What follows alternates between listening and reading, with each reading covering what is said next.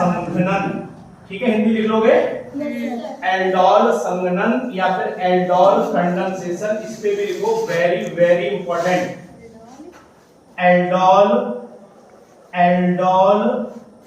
संघनन, समझते हो ना? संघनन, इस पे लिख दो बेटा, वेरी वेरी इंपॉर्टेंट। क्या लिखोगे?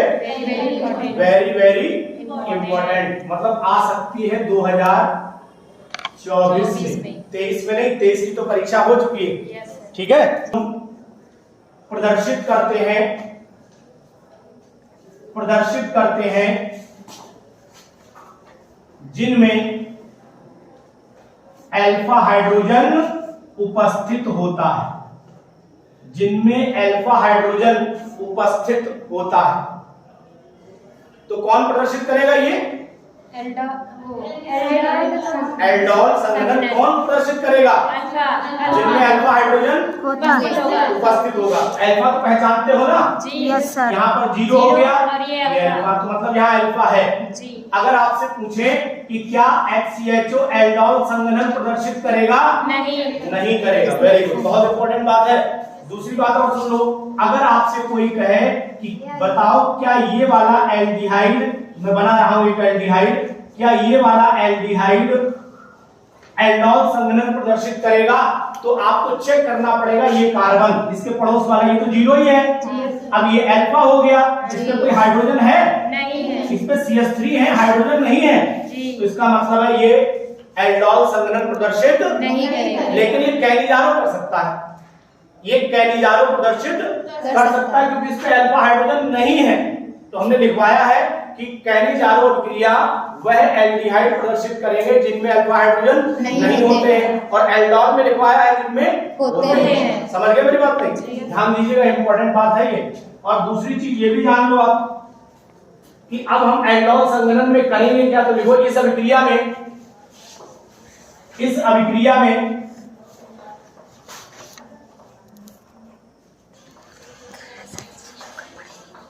जब एल्डिहाइड के दो अणु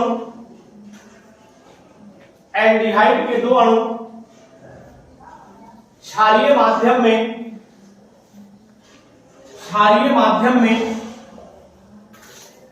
अभिकृत किए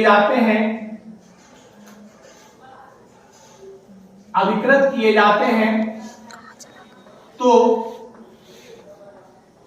एल्डोल प्राप्त होता है।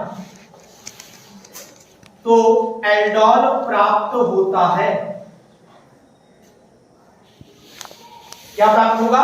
एल्डोल। अब आप जरा बोर्ड पर देख लें एक मिनट के लिए। देखो हमने क्या किया है, इसको ऐसे लिखा, लेकिन इसी को समझाने के हिसाब से हम एक काम ये करें, ध्यान दो, इसको समझाने के लिए हम क्या करेंगे, थोड़ा इसे नंगा करके लिखेंगे। अब बोले यार सर यार कैसे बोल रहे हो यार, शर्म नहीं आ रही आपको? तो शर्म क्यों आएगी भाई? क्यों?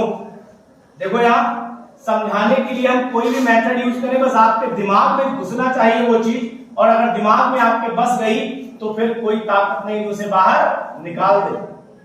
एक शिक्षक वही है, साम दाम दंड भेद जो अपनाए, लेकिन आपके दिमाग में वो चीज पहुंचा दे, वो विद्वान। और उसके बाद आप कितने पढ़े लिखे हो उससे कोई मतलब नहीं है, हम कितने विद्वान हो, लेकिन अगर सही शिक्षक है तो आप अपनी बात को आपके दिमाग में डाल देंगे।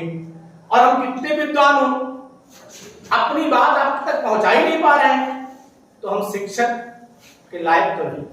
बन गए धोखे से वो अलग चीज। समझ गए मेरी बात? नहीं। तो सच्चा शिक्षक वही हो सकता है जो क्या करे, अपनी बात को आपके दिमाग तक पहुंचाए। भाई देखा होगा आपने, एक लंबी सी भीड़ को कतार को एक अकेला आदमी बदल देता, दिशा बदल देता। और कुछ बहुत विद्वान आते घंटों बोलते रहते हैं, अरे वो करती समझ नहीं आ रहा क्या बोला।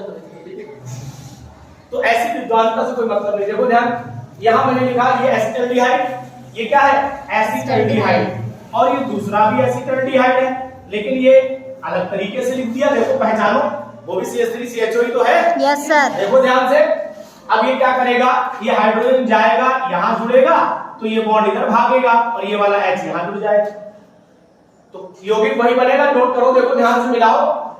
अगर ये वाला H हम यहाँ भेज दें तो ये OH हो जाएगा। Yes sir. ये वाला तो CH ही रह जाएगा। इसके आगे क्या बचेगा? CH2CH2। अगर इसे गर्म कर दे तो गर्म करने के बाद क्या होगा? ये OH और ये वाला यहाँ से H निकल जाएगा, तो H2O निकल गया और यहाँ क्या बचा? CH, यहाँ भी CH, बीच में बॉन्ड डबल हो गया, बन गया। इसका नाम है एसिटाल्डिहाइड, ये दोनों अणु, और ये हो गया एल्डोल। क्या हो गया बेटा? एल्डोल। एल्डोल। और ये हो गया आपका, देखो 1 2 3 4 ब्यूट हो गया, 2 पे डबल बॉन्ड है तो इन हो गया, और CHO 1 पे अल हो गया, तो नाम हो गया ब्यूट 2 इनल।